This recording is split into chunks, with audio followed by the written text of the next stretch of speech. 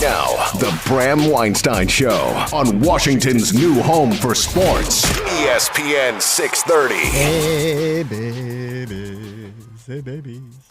Hi, everyone. I'm talking to everybody. Hi, everyone. Hi, everyone. Who wants my teams? Hi, everyone. You know how I'm going to leave D.C., I promise you. Somebody wants me. You know, it's funny. Sometimes we know people listen to our show, and I think they listen to my show. Because that's what I said his mistake was not to go to Maryland. Yeah. At the beginning, though. Well. Not this late in the process. Hey, gotta do what you gotta do. Westmore's not a sucker, so he doesn't.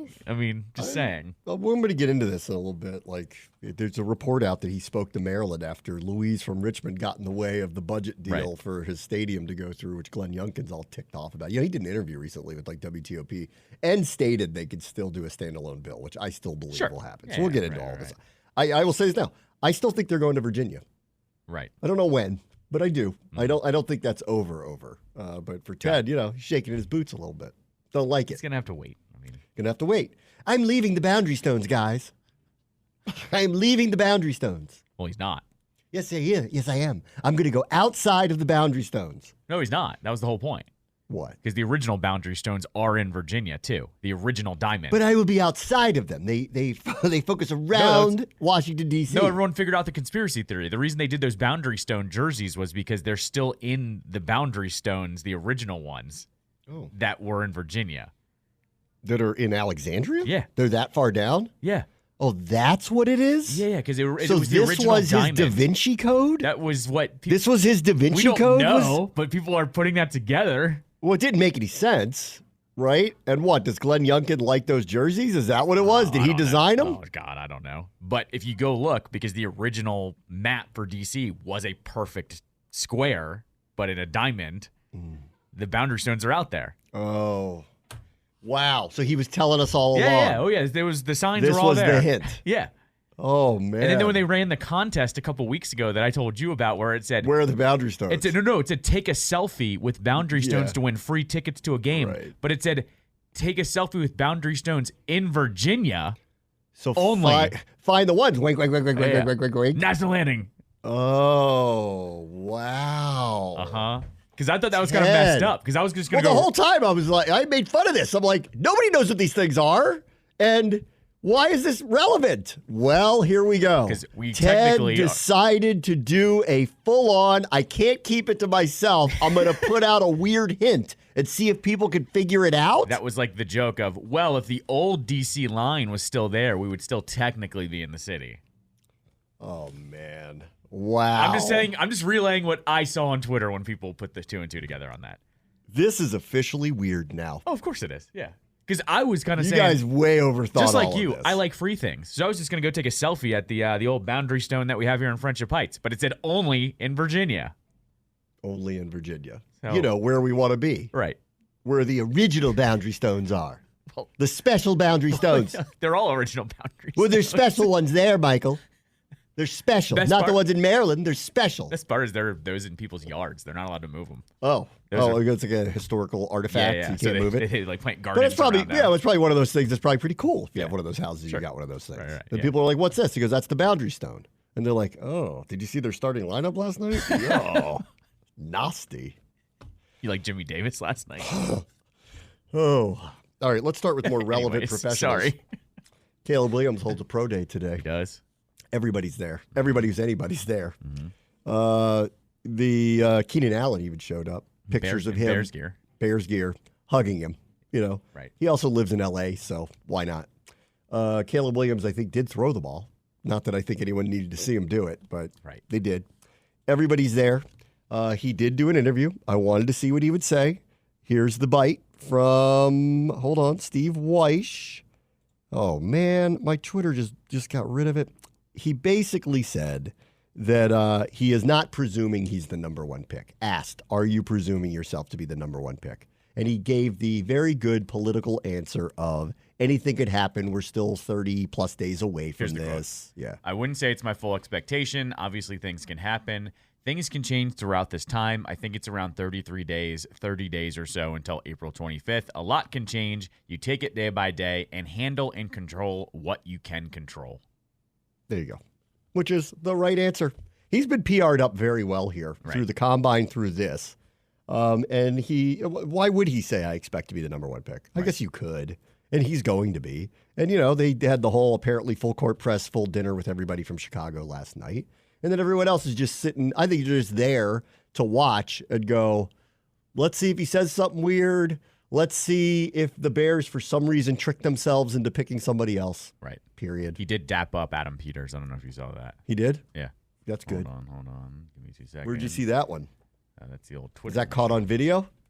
Oh, there it is. They're hugging. Okay. All right. Nice glasses from Adam Peters today. Good. That dude's styling and profiling. That dude has a stylist. Anyways. Let's see. Then there was some other report from ESPN that he's going to go to Chicago, of course, for a visit. Mm-hmm. And supposedly he's going to go through a gamut of psychiatric testing.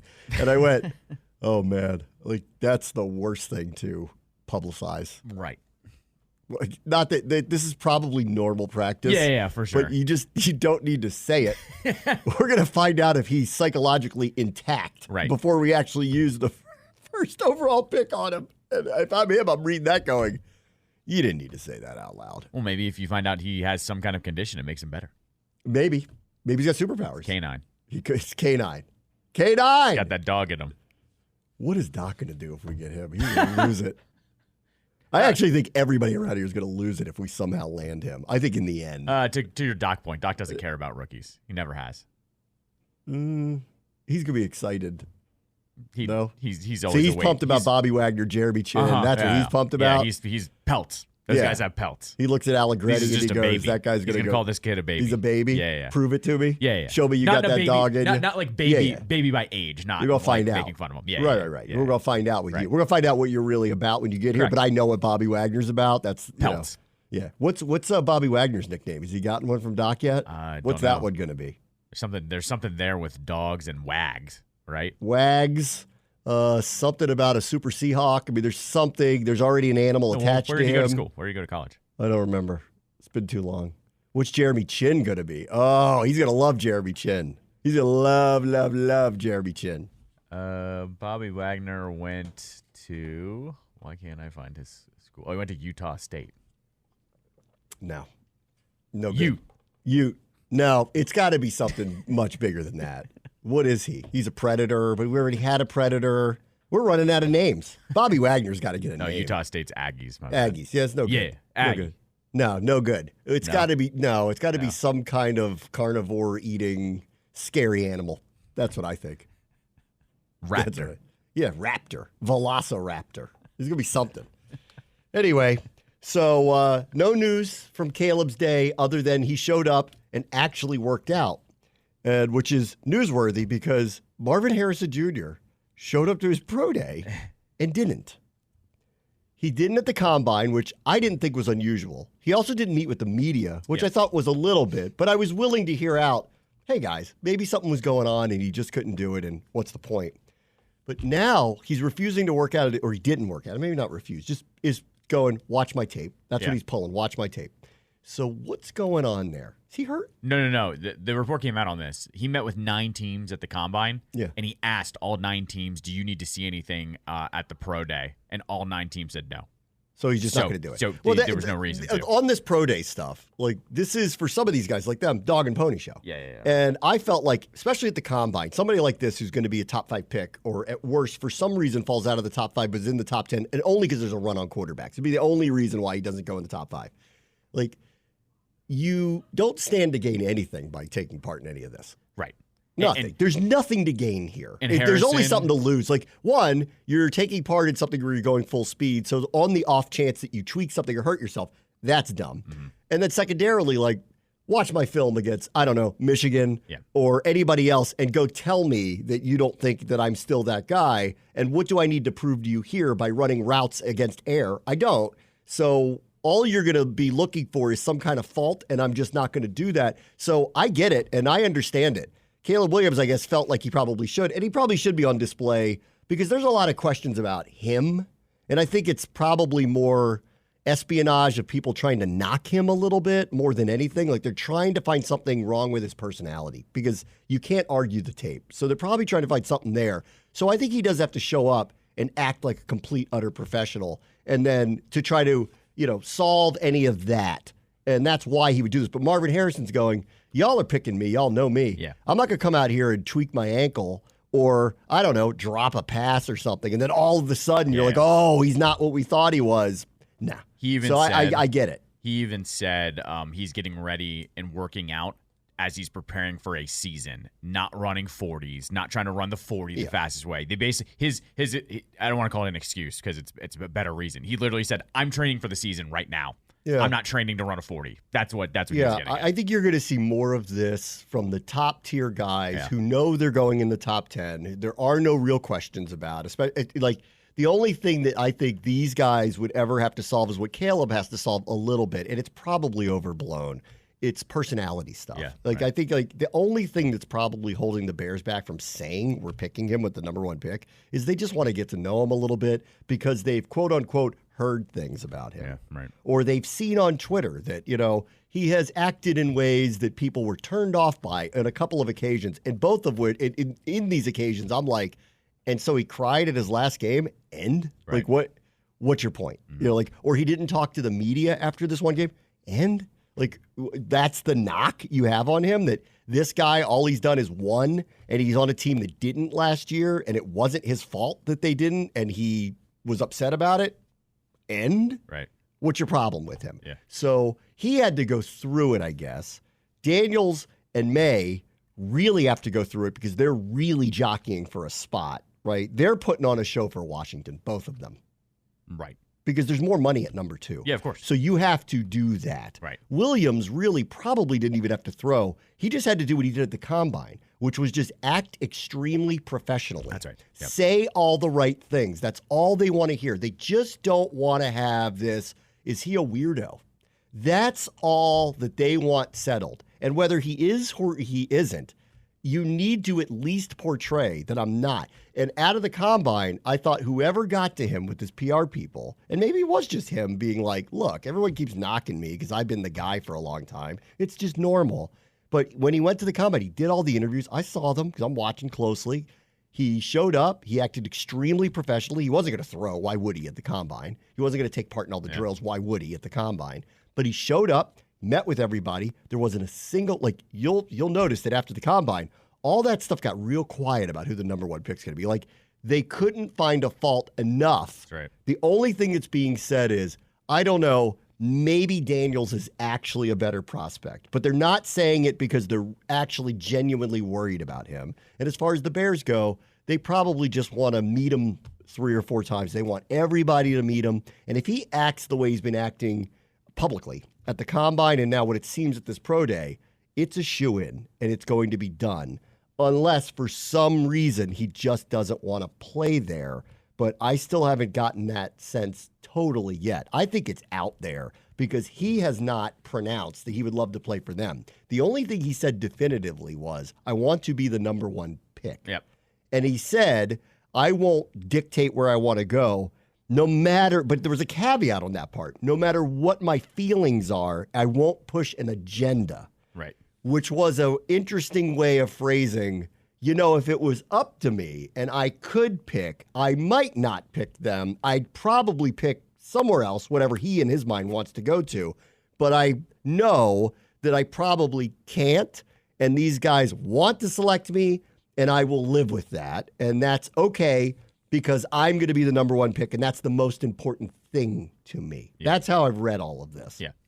No, I mean, he has not also had a love fest with Chicago either, though, because I think he is being cautious on both sides of this. You don't ever want to be too eager to go to a team either, because then they take advantage of you as well. Also, if you start saying, I'm going here, then you start getting well, look at the ego on this guy.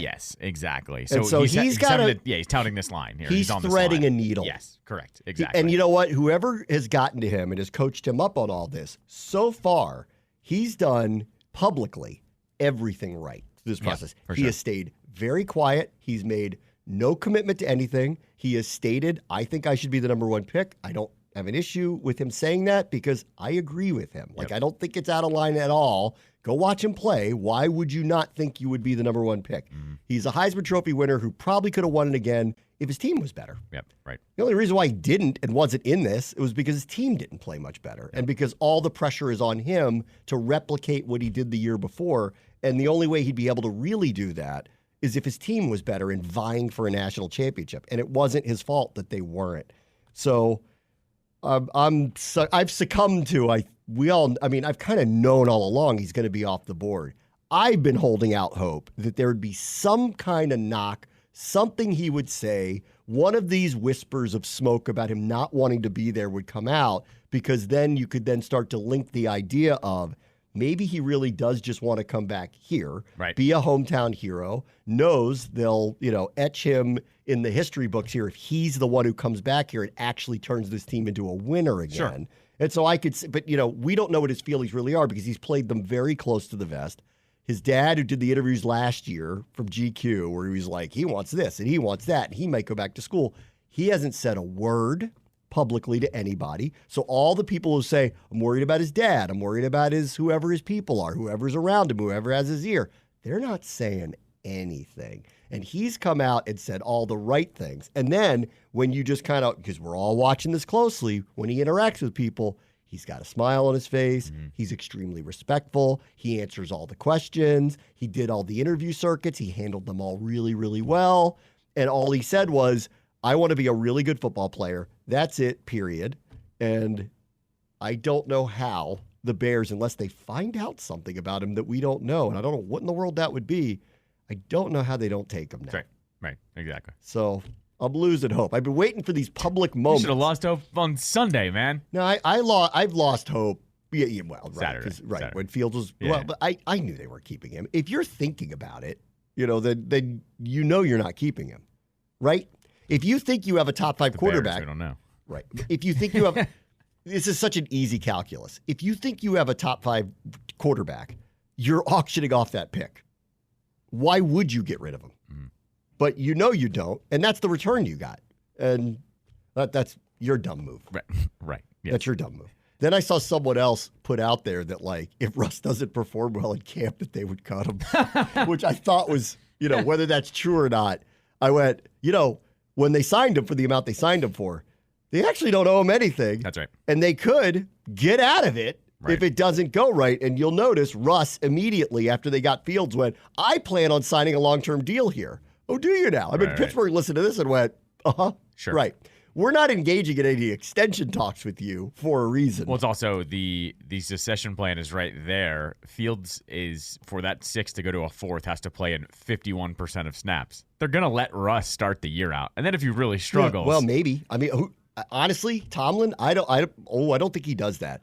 I think if Fields outperforms him, I think he'd put Fields in. That's what I think. Because I believe, like, in that place, he is someone of his word where he goes, competition matters here. And if you I don't care who you are, if you don't perform very well, which is the dumb part about Pickett, because Pickett, if he didn't think he could compete with Russ, well, then, then I don't want you here. Well, I think that was the whole point. They said that it was going to be an open competition, and then they said he wasn't, and that's what pissed Pickett off. All right. Well, he's going to a place where there is no open competition. Right. I can promise you that. Right. They have their backup. Right. Correct. Yeah.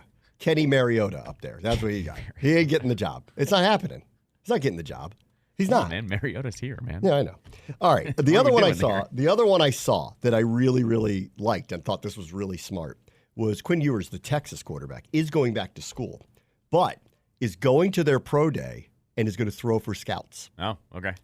Wise move. He's getting out ahead of it. Yeah. I'm going to put a bug in all your ears now. You're going to meet me. You're going to see me live. Watch me play next year. If I stink, you're not going to pick me. I already know that. Right. But if I don't, you're already going to have that bug in your ear. And next year is probably unlikely to be like this year, where you've got 3 or 4 guys that are clearly, potentially ahead of me. So I saw that one and I went, whoever told him to do that is a very, very smart person. Get in front of these guys now. They always look good in these scenarios, in shorts, throwing on air, no rush, tossing it down the field. You go meet them, put on your best face, make nice with all of these scouts, and then all of a sudden, when they're showing up at your games in the fall, you know them already. Yeah, right. Hey, how you doing? Nice to see you again. Because he is trying to angle himself into pole position for quarterbacks next year. Wise move. Really wise move. How do we know it's not just, basically putting himself out there for other schools? Maybe. With Arch behind him. Maybe. Right?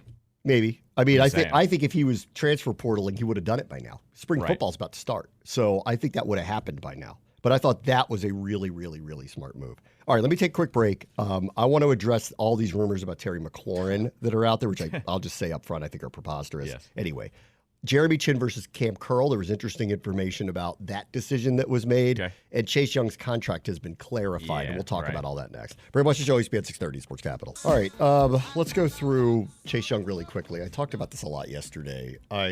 Now that the reporting has come out, I have felt comfortable at least talking about more about what I knew last year about him. Yeah. I was trying to couch it a lot with, guys, there's a lot going on with him medically that, I was a little more privy to than most. And it's the reason why this team is not going to sign him long term, which is the reason why, they are going to seek a trade for him at the deadline if the season goes sideways.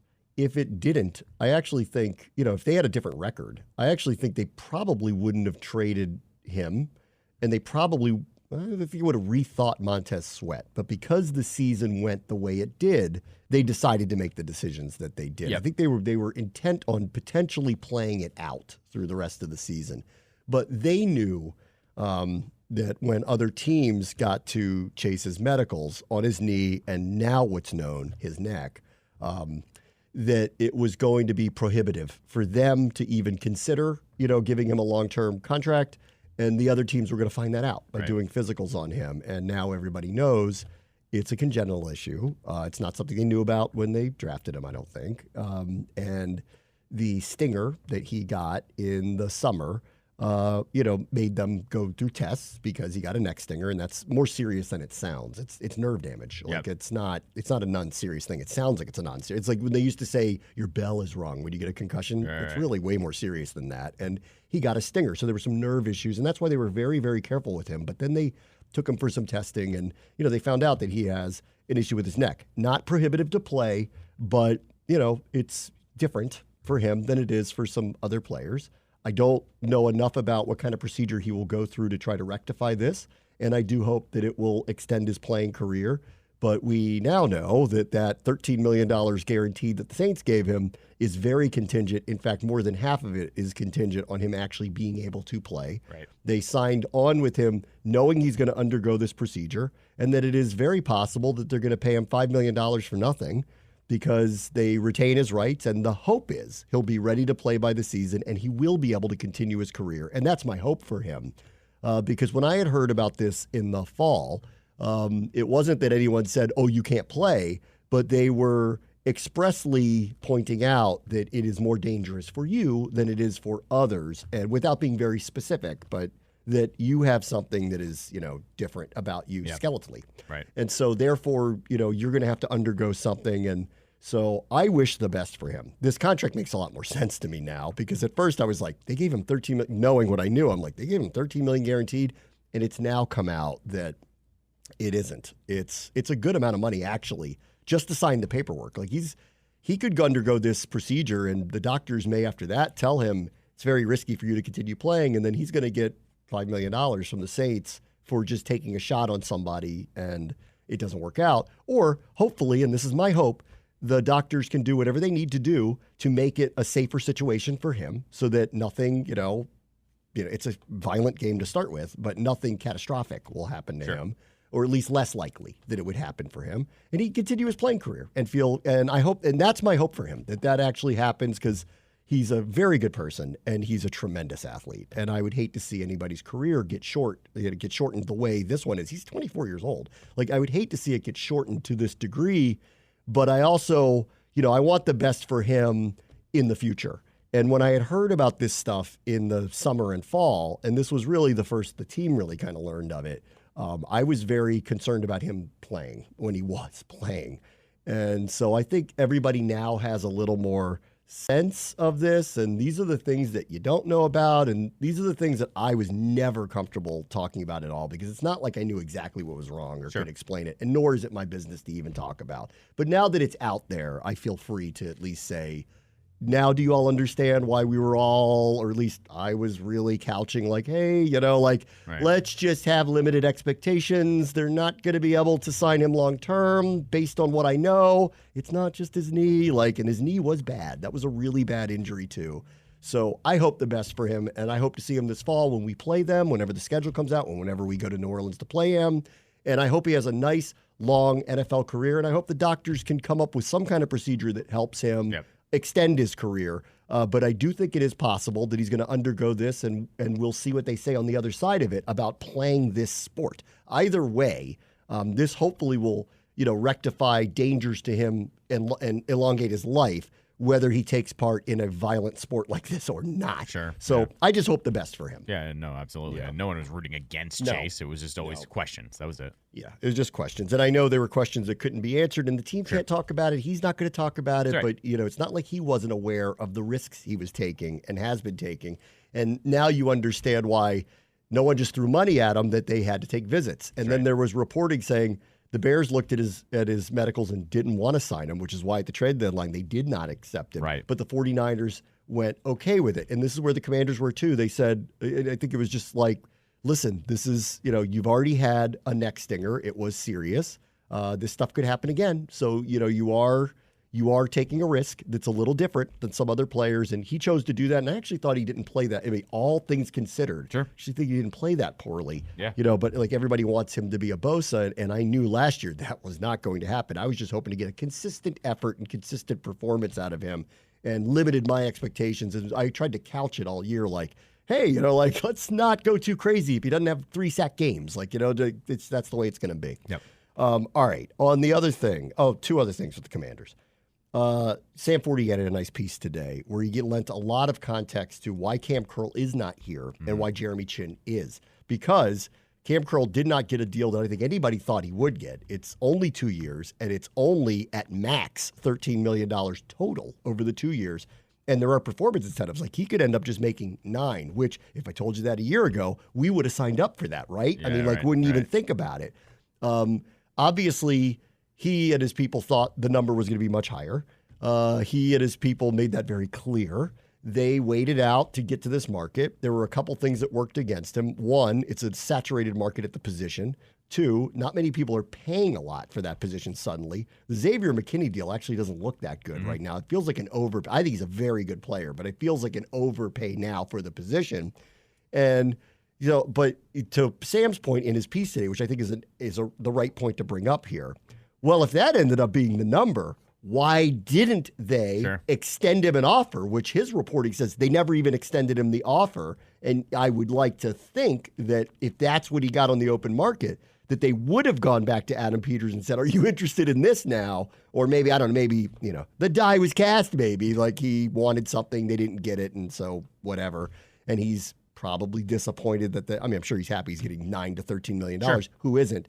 But I think they thought they were getting $13 million a year in the next deal, and it didn't work out that way. So Peters and Washington clearly understood the market very, very, very well here. But it is worth asking the question, well, if that's what the end number was, why didn't you sign him? Yeah, no, exactly. And, you could also reverse it onto Curl. Maybe Curl thought, okay, if I'm not overly wanted here, let me go to LA or go to a winning franchise if the money is going to be kind of the same, or if I need to prove it with them, then I'll have to sign up for the next deal or whatever it is. There could have been a multitude of factors. I think a lot of it boils down to I just don't think this regime is that interested in retaining the old talent that was here. Not everybody. They brought back a few. F.A. Obata's a backup. Jeremy Reeves is a backup special teamer for them. Who else did they re-sign? Crowder. Crowder came back in a week, so he'll be the punt return answer for them. Lucas, too, was 4. And Cornelius Lucas. So they brought back 4, all of them on one-year deals and all of them very cheap. And all of them, I would make the case,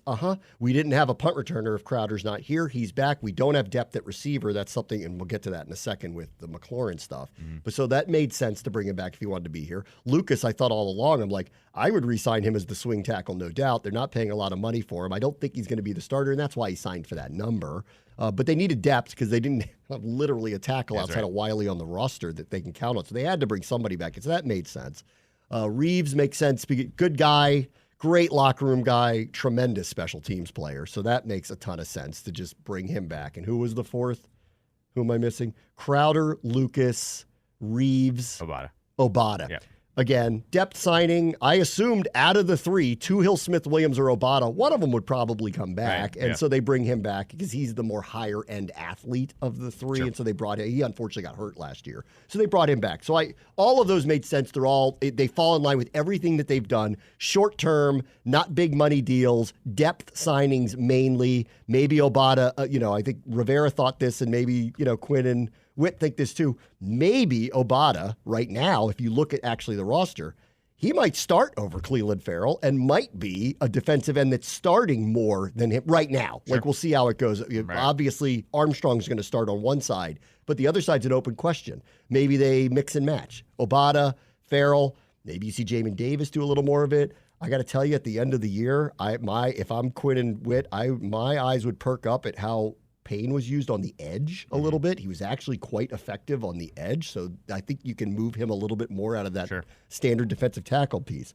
But as for the receiver stuff, so for some reason, over the last 24 hours, there has been this bubbling up because it is clear there's a lot of reporting that Pittsburgh wants to take a swing to get a receiver. And there was reporting that they're trying to get Brandon Ayuk because San Francisco's running into a crunch here. They've already paid so many people. His contract's coming up. It is sounding like it's heading towards a standoff where he's going to either get paid or not show up to camp. Like, he might actually hold out or hold in, however they do it now, that he doesn't want to play out the last year of his contract. This is going the Debo style. You better pay him. And in this case, they've already paid Debo. They paid Kittle. They paid all these other people. They're going to have to make a choice. And, it would seem, at least if you believe the reporting, that there's real offers coming back for him. I think he's a very good player. And there's real offers. And Pittsburgh, who have outwardly, their ownership said, we're done with this being kind of mediocre stuff. So they went and got Russ, and they went and got Fields, got a real deal on that.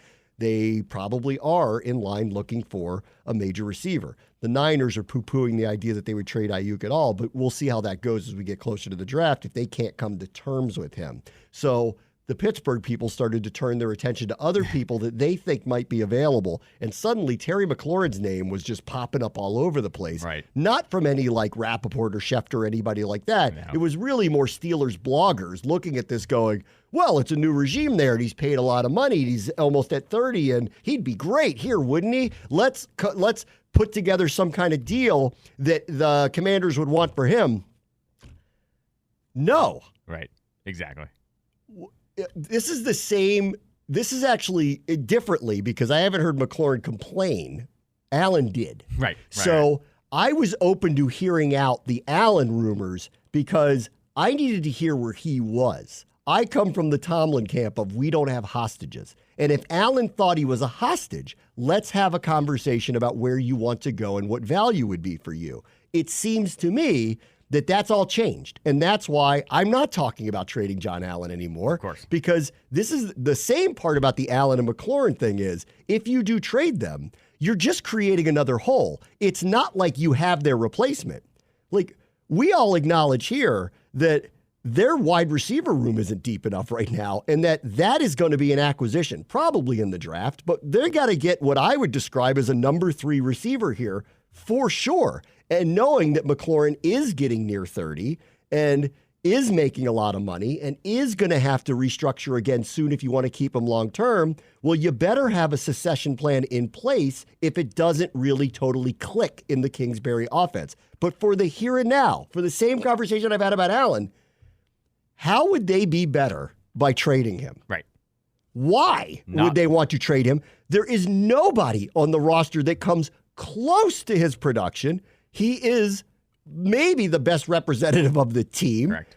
There is no way that I could see, unless someone gave them such a ridiculous offer for him, which why would they?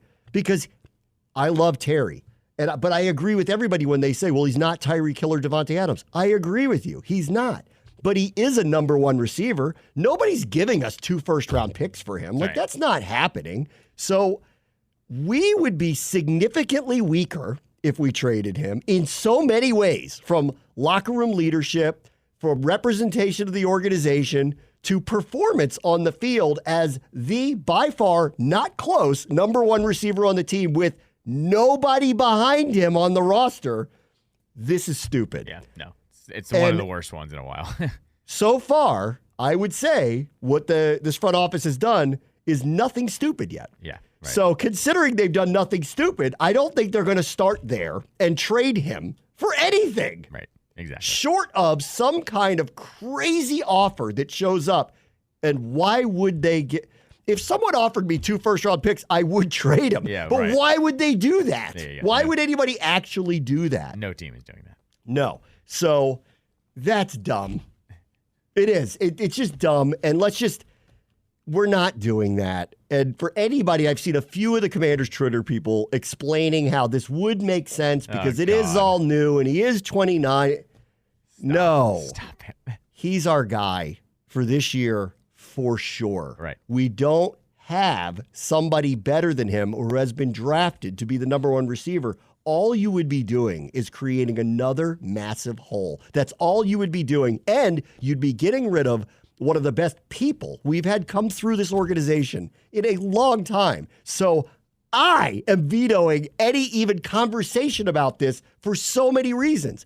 N.O., he's going to be on this team next year. Deal with it. Shut up, Pittsburgh. You're not getting him. Well, anytime you draft a quarterback number 2, you just trade your number 1 wide receiver. Right. It's ridiculous. That makes sense. It's utterly ridiculous. It is. It's ridiculous. Right. If they had a situation where they had, I don't know, a couple of receivers that were kind of in the pipeline, I'd hear it out. But they don't. The reality is they actually need to get another receiver in here. So I do anticipate that they will draft one, actually probably pretty high, like 2nd or 3rd round. I expect that to happen here. It's not their first pick. I think their 2nd round pick has to be a tackle or a package up to do that and probably taking out. But they may still have another 2nd round pick if they end up taking a really good speed receiver or a really good prospect at receiver, because I've seen a lot of the draft mocks. The good news for them as they head into the draft is 2 of the major need things, and I think receiver is less than tackle, but they're both there, are extremely deep this year. Like I saw someone from PFF write, whoever is looking for a receiver outside of the top 4 that are going to go very high, they're like in Candyland, because they're like, there are so many good prospects. It'll be pick the one you like, and they're just going to fall into your lap. So I think we will pick one, probably pretty high. I think we're going to pick a tackle, probably really high. And Pittsburgh, sorry, bloggers of Pittsburgh, no. Right. N-O. All right, be right back. Very much Joey's ESPN 630 Sports Capital. I saw somebody tweet, it's almost a lock that the Bears are going to be on Hard Knocks this year. Like, how could they not be? How could they not be? They'd be forced into it because they're one of the teams that hasn't done it. They could force teams. Right. You have to have either made the playoffs or changed your head coach to opt out of it, and they didn't do either one of those things. Right. So guess what, guys? Hard Knock Chicago. That's got to happen this year. Yeah, I mean, they've also been the centerpiece of the offseason, so the momentum of them getting all the cameras sounds about right, too. That's right. Let's see. The Wizards lost last night at home. By how much? I don't know. 50? I don't know. No, hold on. I have it right here. It was 137-114. So those of us that were paying attention to the spread were happy. Yeah. Yeah. You're off of Wizards money line. Those days are long gone. No, of course. So Bilal is out for the year. He broke his wrist, right? Which I think they said he probably could have come back, but why? They said they want to be conservative, which I'm completely fine with. Denny also did not play last night. He was injured. It's a lot of defense between those two. It's like all the defense. I want to read you the starting lineup that they put out there last night. Jimmy Davis, Rashawn Holmes, Patrick Baldwin Jr., Corey Kispert, and Jordan Poole. I'm not saying this facetiously. Is that the worst starting lineup they've ever put in on the court? The Wizards teams maybe 3 or 4 years ago when Brad got hurt are probably When Brad got hurt. are very similar, I'm sure. Neto. Yeah.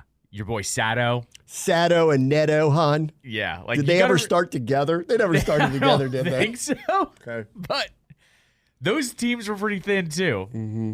At least you could say Kispert, former first-round pick. I mean, Poole, in former fairness, first-round pick. Daddy didn't play, and Right. Bilal is hurt. So, in fairness. I'm sure every NBA team has to go through one of these lineups every once in a while. But I saw this, and I'm like, Jimmy, Rashawn Holmes, Patrick Baldwin, Corey Kispert. This has got to be the worst starting lineup that I can remember them putting in. And, some of it isn't their fault, and some of it is. Some of it is. I mean, it's pretty awful. At home against the Rockets are actually close to a 500 team. Yeah, Like, they're not terrible. They got some good young players, but still, home game against a non-playoff team. The funniest part was I like to lay out my bets for my show around 2:00, just to put the basics down. So when my show starts, I'm ready to go with them. Right? When I looked at it at 2:00, they were 9.5-point underdogs to the Rockets. Kuzma got ruled out, and it only moved half a point to 10. Wow. He wasn't even worth... Oh, I forgot Kuzma didn't play last night. He wasn't even worth moving the line for, essentially. So, they moved it half a point. So we're at the point where they're just going, we can't say it. Right. And I don't blame them. No, but of course. We're going to get that. They're we're going to get the ping pong balls. They're now. limping to the finish line here. We're going to get those ping pong balls. They ended the losing streak, got 2 wins in a row. All right, guys, pack it in. We're good to go for the rest of the season. Okay, let's see here. They are still 1.5 games.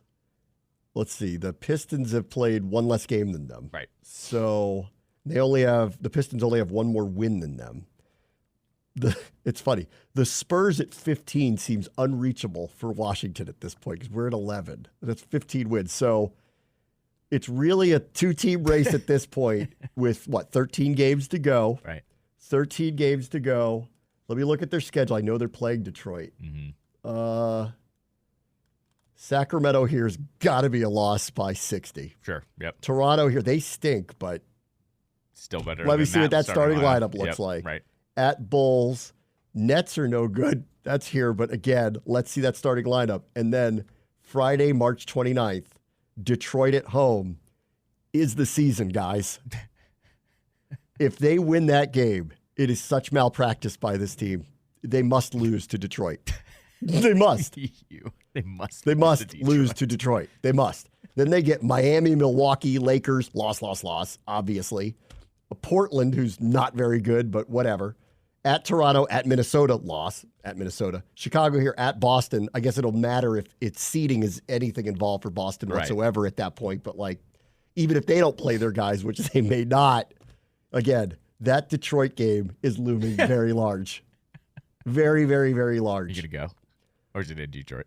No, it's here. Oh. That was the one people earmarked as, if they break that losing streak, that's the one that would break it or tie it. Right. But that can't happen anymore because they got hot for 3 days. I think I have a worse starting lineup for you. All right. Well, how'd you find this? So Basketball Reference lets you pull up starting lineups from every game. We're in the 1920 season here. There was a starting lineup when Brad must have gotten hurt. Mm-hmm. This is what I was referencing. Yeah, Brad was out for a stretch. Your starting lineup against the Denver Nuggets on January 4th, 2020, pre-pandemic. Okay. Jonathan Williams. Uh-huh. Isaiah Thomas. Jonathan Williams, the running back of the Commanders. Right. Okay. Isaiah Thomas. Oh, right. Not that Isaiah Thomas. Right, when he was here off his injuries. A cup of coffee. Right. Gary Payton. Uh-huh. Jordan McRae. Uh-huh. And your boy, Jan Mahinmi, was in the starting lineup. That might be worse. I think that's worse. I think Jordan Poole is better than all 5 of those guys. That might be worse. Yeah. So you found one. I told you. It was Brad. You found one. It was when Brad had to be hurt. This has got to be number 2. This has got to be. The next game, Jan Mahinmi got benched, and Isaac Bonga was in the starting lineup with the others. Yes, that's worse. Oh no, sorry, wait, sorry, hold on, wait. It was hold on. Isaiah Thomas was there. No, Jonathan Williams got benched for Isaac Bonga. That's who it was. So they went big. Yes. Mahid Bonga. That's what they went big on that one. Wow. It's worse. I think it's worse. I agree. Because Jordan Poole is better than any of those people, so I think it is worse. Had Jordan Poole not started last night, I think we would have had the worst starting lineup. This is pretty bad, though. This is what happened. Beal Did was people hurt. clap when they introduced the starting lineup last night? Was anyone there? I mean, I don't know. This threaded the needle because Beal is in the starting lineup afterwards. Hachimura is in the starting lineup afterwards. Thomas Bryant is in the starting lineup afterwards. This is real players. We're threading the needle here where guys were out. Remember, Hachimura went through the mental health stuff too, that's probably where that was. I don't know. That one's bad. That one's really bad. I think that's a winner, actually. I think that one is a winner. Because they're trying to win with that The roster. Mahid Bonga one is really amazing. That's particularly special. It's incredible. Who'd they play? Does it say? The Nuggets. How much did they lose by? Does it say the score of that game? Is this when Jokic was fat? They won. They won? They won with that starting lineup. They won 2 games in a row. Was Jokic not on the team at that point? Hold on. Let me go to the box score here. Hold on. They won 2 games in a row. They beat the Celtics the next game. What? With that team? Yeah. How'd that happen? On that stat line, no, Jokic played. He must have been fat and not that good yet. That must have been before he got crazy good. He had 14 points. Yeah, his before he got crazy good. When nobody knew how good he was going to be. They got 2 wins in a row with that lineup and then the Isaac Bonga version. Oh. Nuggets Celtics. Well, now they're better. In context, they win. They're actually better. They won. So last night may be the new winner of worst starting lineup we've put out there that I can even think of. Yeah, and that was the Gordon Hayward, Marcus Smart, Jaylen Brown, Jason Tatum Celtics team, by the way. How'd that happen? I don't know. I would like to see a review of those post-game interviews from the Celtics locker room where they have to explain how they lost that game. Guys, we didn't try, okay? We just incredible. didn't try. That's actually incredible. That is incredible. Wow. All right, let me take a break. When we come back, boy Brad Stevens. Oh yeah, He was still coaching. He was still coaching. Oh, and that was Scotty Brooks. Oh, Scotty Brooks. Scotty Brooks pulling off a magic trick with that lineup. Wow. I'll be right back. We'll talk about the future for Tony Bennett, who everybody's screaming about today. Yes. And we'll go through a bracket as the NCAA tournament begins in earnest tomorrow. Bram, watch the show, ESPN 630 Sports Capital. NCAA tournament got started last night, and we had 2, one local and one, pseudo-local UVA play last night. So I had some good, I wouldn't call it good viewing last night, but the end of the Howard game was awesome. Yep. That was, I'll hand it to them. They really stuck in there. They really hung in there. Wagner, first of all, it was a crazy game to watch because these are the things you just don't know about any of these teams when you get into it. They had 7 guys. Oh no, they had 7 guys. They've had they went through this whole thing where they had so many injuries and they literally had 7 guys. So the majority of the team just played the whole game. Got it. Okay. They played really well. They shot really, really well. Howard, who apparently is known to be a very prolific three-point shooting team, went ice cold for the majority of the game. Then all of a sudden, 2 minutes left, they were down 8, 9, 10 points. They just went, things went haywire, and you could start, this is the best part of the NCAA tournament, that team started feeling it. You could feel it. And it was slipping away from them. And Howard got 3 chances at 3 threes to tie the game at the end and couldn't hit one of them. Yeah. So I want to congratulate them on second year in a row of getting to the NCAA tournament. It was interesting. Neither team has ever won an NCAA tournament game, and Wagner did. And then they're like, first ever time they won an NCAA tournament game. Does it count? I think now it does. Does it count? Because now that there's 4 of them, I think it does. If there was still only 2, I would say a 16 seed beat a 16 seed. Does that count? I still think it counts. Okay. I think you have to. I'm not trying to take anything away from them, but it's not the same as winning in the main bracket, in my opinion. I get your question, but because of the way the NCAA now does this first 4 now, and it's its own thing, it counts. Sure. It counts. Because they've now made it such a big deal. So I think, yeah. But, listen, to Kenny Blakeney, congratulations. I mean, it's 2 years in a row you got to the tournament. Sorry it didn't end up the way you wanted it to. It was nice watching you guys last night. Then we get UVA. Now, going into the tournament, people were very upset, that they got in. And they were claiming, well, they just, because they've been a very good program for a long time, they've kind of earned a reputation, and they were given this opportunity over some others. And they were saying fourth best team in the ACC, which carries some weight. That should mean something. Yeah, I'm sorry, but that should mean something. Right. Now, I know they don't play a style I like either, but but it works. Sure. To a large degree, it works. And people were very mad because they wanted Kareem Abdul-Jabbar from Indiana State to get in, and he didn't. And there were a couple of others, like Rick Pitino went crazy about a couple Big East teams, Providence, his team. They got mad about them. They thought they should have gotten in. Yeah. And there were a couple of others that didn't get in. So that's where the snub part came out of this, but UVA got in. I think being a top 4 team in the ACC still at this point, we can talk about this later, still means something for now. I think that's shifting. I think the ACC is changing in terms of its ability to compete on the highest levels across the board, probably because of NIL. Yep. And so, Virginia, we can have this conversation in a moment. I didn't have that much of an issue with them getting in. Top 4 ACC in the past was never even a question that you would get a bid. Sure. Yeah. But then they played last night, and all the people who were complaining about it really hated what they saw because they said, we've seen this all year, and it was terrible. I mean, it was a bad high school basketball team. They couldn't hit the broadside of a barn. They went something like 12 or 13 minutes without a bucket. They flashed the stat of the actual last time they scored a bucket to 9:48 p.m. because it had been like an hour. An hour. It was like an hour. Yes. It was really, and it was 18 minutes of game time, something it was some crazy number. Mm-hmm. So they were never really in it, and it was embarrassingly bad, really. And so the criticism started coming. So here's Wally Zerbiak, who's on all of the NCAA coverage, and this is what he had to say about it. This performance matters by Virginia. I mean, Mountain West completely blew them off the floor. Mountain West, we've been saying, has been completely underseeded. And the way you perform in this tournament, it puts the committee on notice. They made a mistake putting Virginia into the NCAA tournament. Every bracketologist was saying it. They go out and play like this. It's unwatchable basketball the way they play today on national TV. St. John's is sitting there like, we've won 6 out of 7. We're scoring 90 points a game, playing great basketball down the stretch in the Big East. Seton Hall beat Marquette and UConn. They're sitting at home or in the NIT. They should be in this NCAA tournament. Pitt should be in this NCAA tournament. Or Oklahoma. Also, the committee made a big mistake by putting this team in the NCAA tournament this year. And it's nothing against Tony Bennett. He's a great national championship winning coach.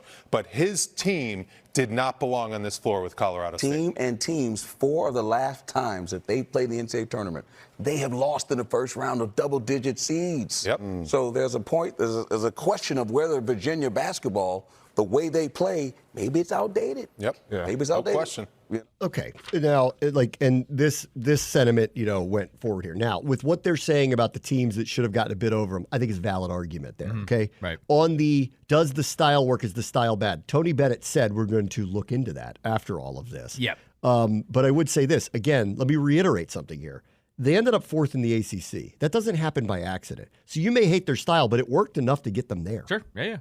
Right. So, it can't be both ways. Well, their style doesn't work anymore. What do you mean it doesn't work anymore? They finished in the top quartile of the quartiles, guys. Rocket sausages. I don't know how to make rocket sausages, but I do know how to do basketball. And I do know that if you end up in the 4th place in a conference that still has Duke and North Carolina, you are doing something right. So, to be fair to them, while I agree with a lot of the points that were made, and what did happen last night validated everybody's fear that they didn't belong this year, that they should have been held out, which I agree with all of that, you can't say that they didn't end up in 10th place in the ACC and got gifted a bid. They ended up in 4th. That happened for a reason. Right.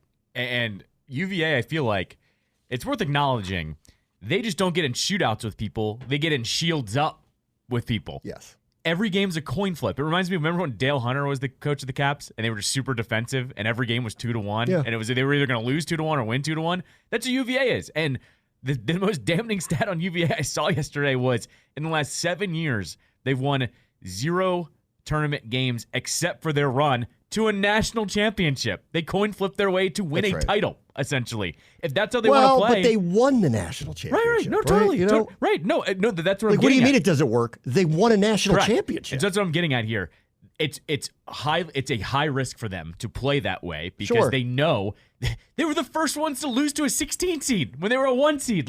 That's what this play style, that's the risk of it, is some team might get hot, and all of a sudden you can't keep up with them, and you're screwed. This reminds me years and years and years ago. It reminds me Princeton, who did not have the type of athletes that could compete, but executed Pete Carell's scheme. That's right. It was a ton of it's all about execution, guys cutting at the right times, backdoor passes, trying to get easy buckets, and then hitting open shots. And if you make them, you got a shot. But you play a lockdown, slow-paced defensive style, and you just keep games close.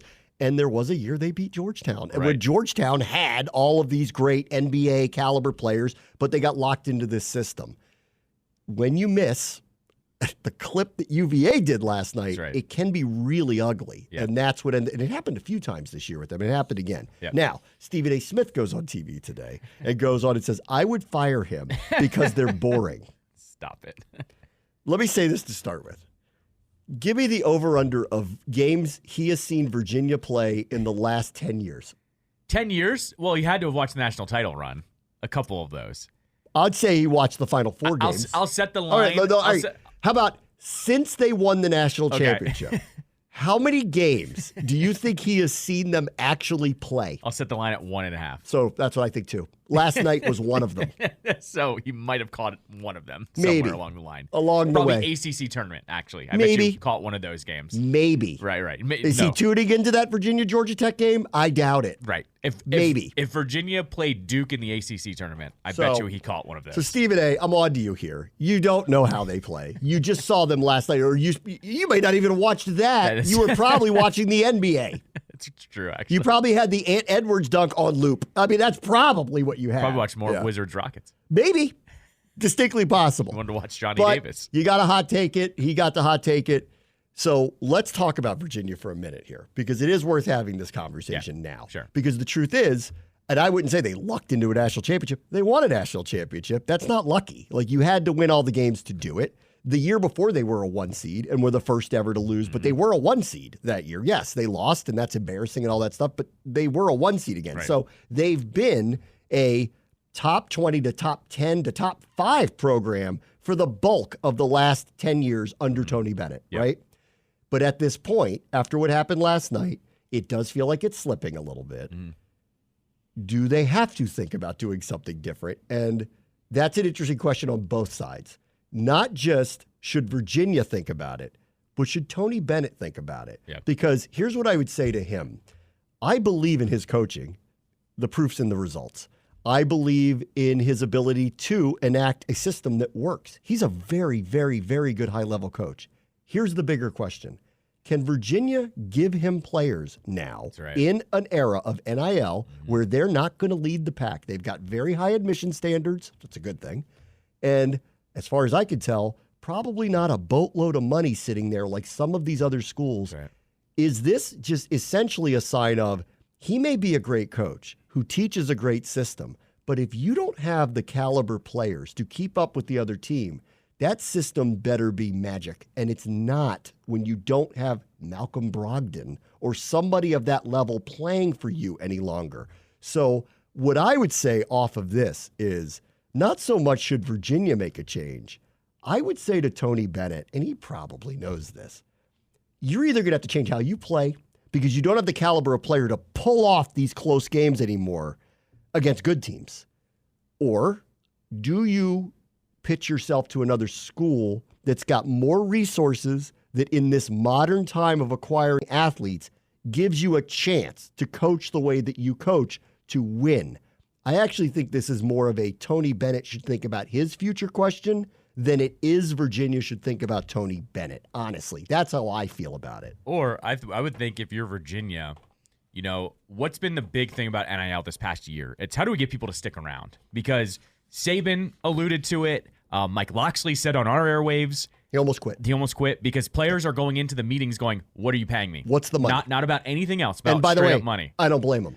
Sure. No, totally. It's their prerogative, and it's as we always say, 1% of all athletes in high school make up all of college, and then 1% of all college athletes make up the professional levels, right? So they're trying to cash in on the little bit of athletic ability that they have at this point in time, right? So I don't blame them as well. But I think UVA needs to come up with their own system here of if you stay in school here in Charlottesville, your NIL is going to get escalated. Because I feel like that's the only way he can kind of build the program he wants to, because they're going to keep playing this way most likely. I think they are. But how do you do that? It's when you get your seniors involved. It's when you have guys that stick around for 2, 3, and 4 years.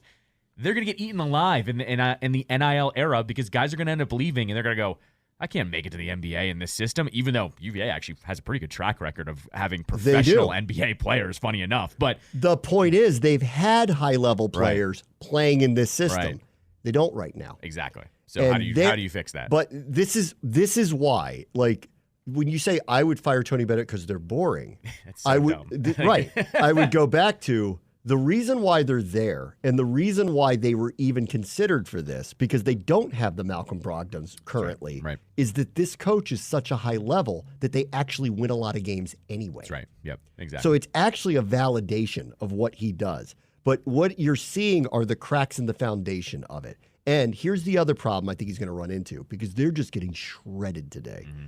If you're a recruit, one, is the money there, since that's number one, okay? Probably not. Not comparatively, right? Not the high-level guys, not comparatively. Two, now you're hearing that you're going to go to a place that nobody likes to watch, nobody wants to see, it's boring, you're going to play in this system. How are you going to be you in all of this? So if you're not getting the money and you don't get to be the star, well, now you got a real problem. Right. Now, if Tony Bennett goes to a place that's got more resources, so you can answer question one, you can give them the money that they're looking for to play there, they'll put up with a defensive-first program that executes really well on the other side, because you have the players to do it to win big. And yeah, the same results could happen in the NCAA tournament, where you're playing these games that are a little too close to the vest. However, you have the players to pull it off. Right. So, I hate saying it, but I actually think this is not a Virginia should do something with Bennett. It's Bennett should do something about his coaching future if he really wants to leave. Or he is going to have to do what he alluded to if he does really just want to stay there. And, of course, I would think they'd want to keep him, because I think when calmer heads prevail, you're going to realize you have a high-level coach here. He is going to have to play differently. Yep. And so I think that's the conundrum that they're in. He's recognizing this may be a great system when you have top-tier Division I players. When you don't, things like this happen against athletic teams. If we don't shoot the ball well, we could get run off the court, or look like we got run off the court. And we don't get the players we used to get, so we're going to have to change how we play, which is we're going to have to loosen it up and play up-tempo. And I think that's the decision that has to be made. Do you try to play more up-tempo, and is that him? Or do you take your scheme to a place where you could win big because you're able to give the resources to have the players to pull it off again? Right. And so that's what I think the real question is today, not they're boring and all this other stuff.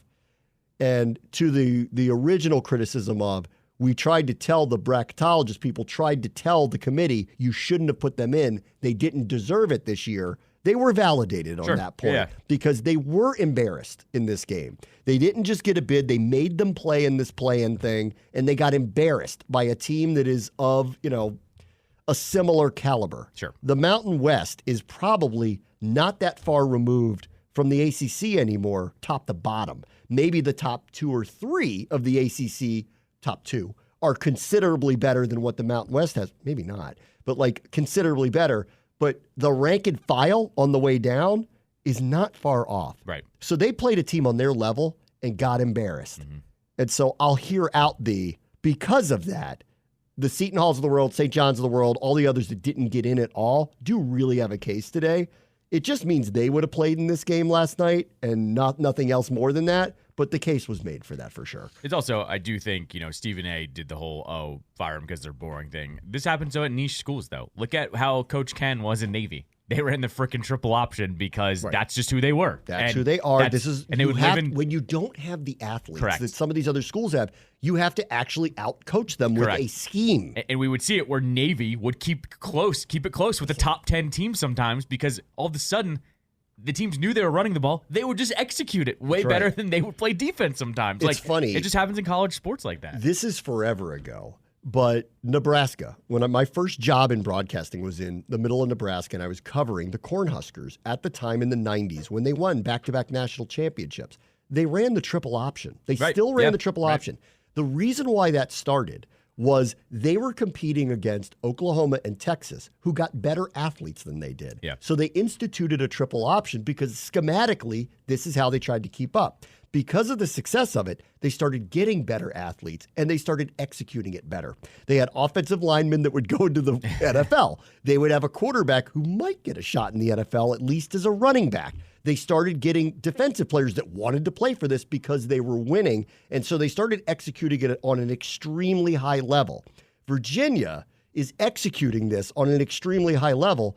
They don't have the players. And in that sport, if you don't have the players at any level, you can't win big. That's right.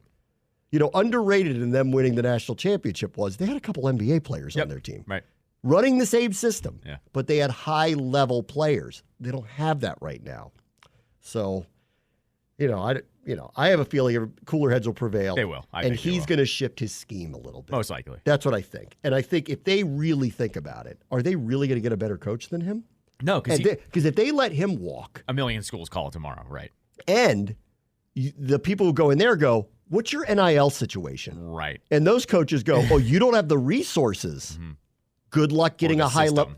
Good luck getting a high-level coach to come in there when they know it's going to be impossible to recruit or, at worst, retain any of the players they have, because if you can't induce them, it's going to be hard to keep them. They're in a weird spot. I would do everything in their power to keep Tony Bennett there. I actually think this is more of a Tony Bennett decision about what's my coaching future and can I win big here? That's right. Because I think this was him saying we might have to change our system was very telling. Why would he ever say something like that? Sure, Because yeah. he even recognizes after this year, I'm not going to be able to get the right guys to do it at the highest level, so I have to play differently. Yeah, right. All right, we'll take a break and we'll do the bracket next. Bram Washington Show, ESPN 630, Sports Capital. All right, let's do a bracket. Playoff. Blah, blah, blah, blah, blah, blah, blah, blah, blah, blah. Here we go. Let's start in the East, baby. Defending champion UConn at 31-3 is a 1 seed. They get Stetson. Give me the Huskies. They're playing in Brooklyn, so that's practically a home game for UConn. Right. Florida Atlantic, one of the darlings of the recent years, versus Northwestern. I'll admit I have not seen Florida Atlantic play, but I have seen Northwestern play. Northwestern, not unlike Virginia a little bit, it's going to be a little slow. Might not overwhelm you to the eyes, but give me Northwestern to knock off Florida Atlantic. I assume you're taking the Huskies. That's why I ignored your pick. Yes, there, you should. right? Yeah. I'm going Florida Atlantic in this Florida one. Atlantic? Yeah. All right. 5-12 seeds is 5-12 game is San Diego State out of the red-hot Mountain West after last night's Colorado State win against UAB. As you know, there is not a single year that a 12-5 upset doesn't happen. UAB beat Maryland in the first week of the season, at which everybody started going, what in the world is that? And as it turned out, Maryland was messed up all year. So now I put no stock in any of that. That's right. Yeah, nor should you. Give me San Diego State. Yes. San Diego State, by the way, your third-ranked strength of schedule of the whole entire tournament during this one. So I feel like they're going to take care of business, at least in the early rounds. Also was in the Final Four a couple of years ago. Yep. So it's not like this is unusual right. for them. They've become a very, very, very good program. Yep. Auburn, Yale. Yale can't keep up with them. Bruce Pearl, baby. You're going to take Auburn. Yep. All right. BYU, Duquesne. No clue. Give me BYU. Sure. Yep. Exactly right. This is in now Omaha, Nebraska. Once again, guys, who in the world Hoops hotbed from Omaha. Who from Duquesne is flying to Omaha on a Thursday and you found out Sunday night? Dummies. Go with that flight doesn't exist, actually. It doesn't. As we found out, you can't fly from Pittsburgh.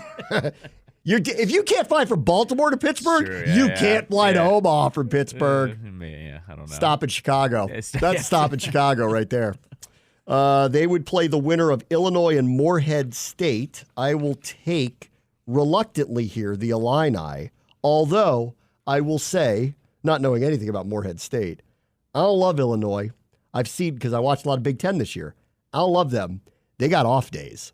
And so that could be one that wouldn't surprise me, a 3-14 upset. But I'll take Illinois because I'm too scared to take that as an upset. Morehead 0-2 against the top 25, 264th ranked strength of schedule. They're not going to be ready for this one. Also in Omaha, you get to see Drake and Washington State. Washington State, the higher seed, 7 seed.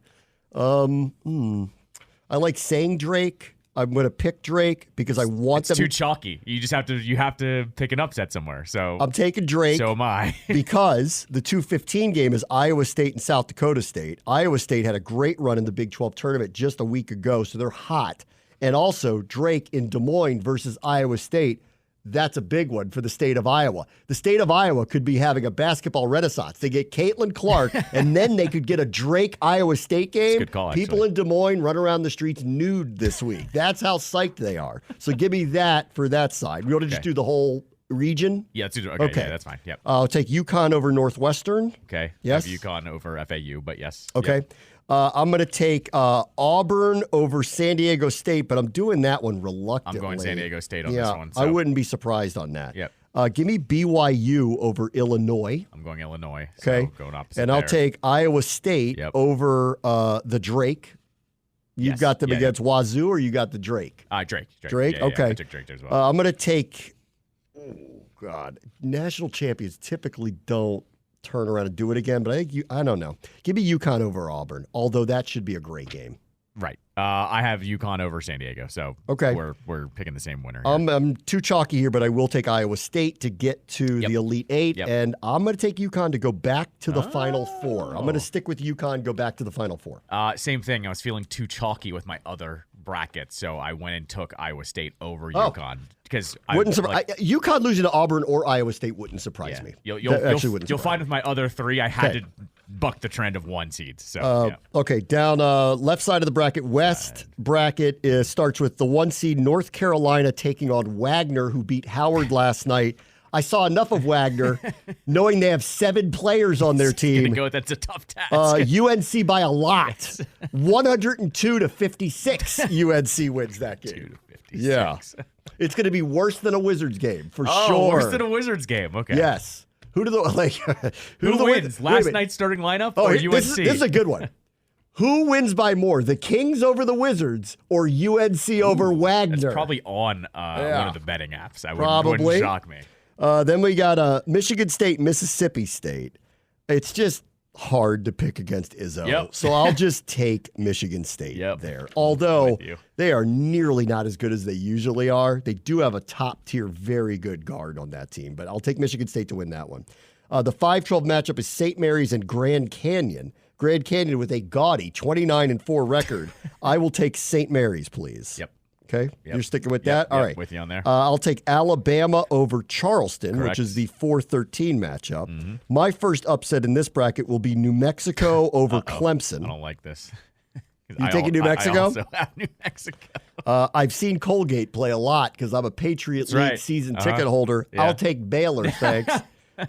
By the way, if you hate how UVA plays, you're going to hate how Colgate plays. Okay. Similar. All right. Also very good at executing it. Very good. I'll take Baylor. Way too much athleticism. We got Dayton and Nevada. Yikes. Yeah, there's another one. You think people from Dayton are flying to Salt Lake City, guys? Do you think they are? Because they're not. Don't think so. Let me see. Dayton, Nevada. You want to run down on? Should I flip a coin? Yes. You want the rundown on the stats here? Give me that, Net rank, according to CBS, 23rd. Dayton is 34. Nevada is record against the top 25. Dayton just 0-1. Nevada 3-1 against the top 25. Strength of schedule, though, Dayton 18th. 18th Dayton has. Ooh, really? They must have played a crazy out of conference. Nevada 73rd. There's a couple. It's still a toss up, honestly. Wait, but how did they have the 18th strength of schedule but only play one top 25 team? I don't know. I don't ask the questions. It's just what the stats say. Give me Nevada, player. All right, I'm going Dayton. Okay, Dayton. And then I'll take. Although this is a crazy story, the Dan Monson thing. Yeah. They fired him. Then he won his conference tournament anyway. This is an all-time. Arizona's like, this sucks. They're a 2 seed. They're going to take on a team that's like got Cinderella written all over them. Give me Arizona. Just a better team. I will take Carolina over Michigan State. Yep. This is not a great matchup if it ends up. Carolina's not psyched about a second-round matchup with Izzo. Carolina's got a way better team. So I'll take North Carolina there. I will reluctantly take Alabama over St. Mary's, although I think that very easily could be an upset. Yep. Give me New Mexico over Baylor. I gotta have some weird one. I have to have some weird one somewhere. All right. I gotta have a weird one somewhere. I'll just chalk it up, Baylor. And I'll take Arizona over Nevada. Yep. I'll take Carolina over Bama. I will take Bama over UNC. See, I said this the other day. I think Carolina's got too many speed bumps here that they might lose to somebody, and you might be right about that. I think it's Bama. I'll take Carolina against Arizona, so I'm chalky again here. Give me Arizona to get to the Final Four as a 2 seed. Okay, over North so I Carolina. have Arizona over Baylor, and then Arizona over Bama. So You have Arizona, but you have who? Iowa State and Arizona at this point? Yes. All right, I got UConn and Arizona, so I got a 1 seed and a 2 seed. All right. Other side of the bracket starts with Houston against Longwood. I'll take Houston. They're the 1 seed there. The 8-9 matchup is Nebraska and Texas A&M. Give me Nebraska. Yep. Very well coached team. I don't think they can beat Houston. I'll get to that in a minute. Give me JMU, baby. JMU. Give me Go JMU, Dukes. baby. Go Dukes, hon. JMU is a 12 seed at 31-3 against Wisconsin. It is the year of the Dukes. Give me the Dukes over Wisconsin. I'll take Duke over Vermont. Yep. Although, listen, I'd love to pick Vermont just because it'd be funny, but I'll take Duke. I hope that Filipowski guy trips somebody from Vermont. gets ejected or gets something. pissed. Yeah. Texas Tech, NC State.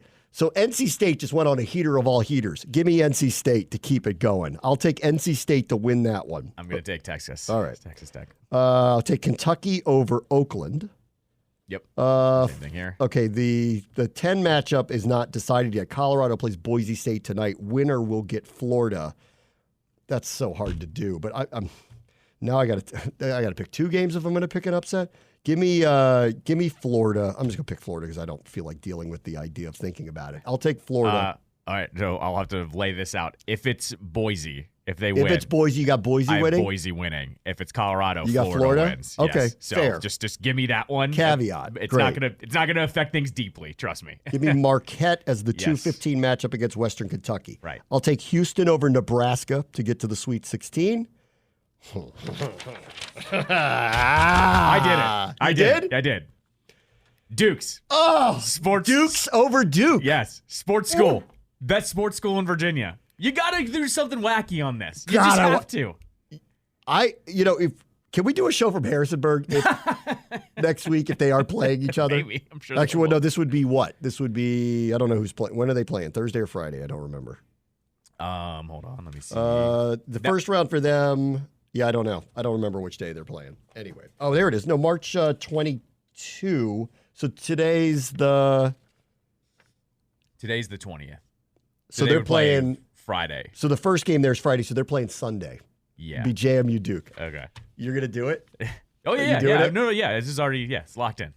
I'll take Duke, but I hope you're right.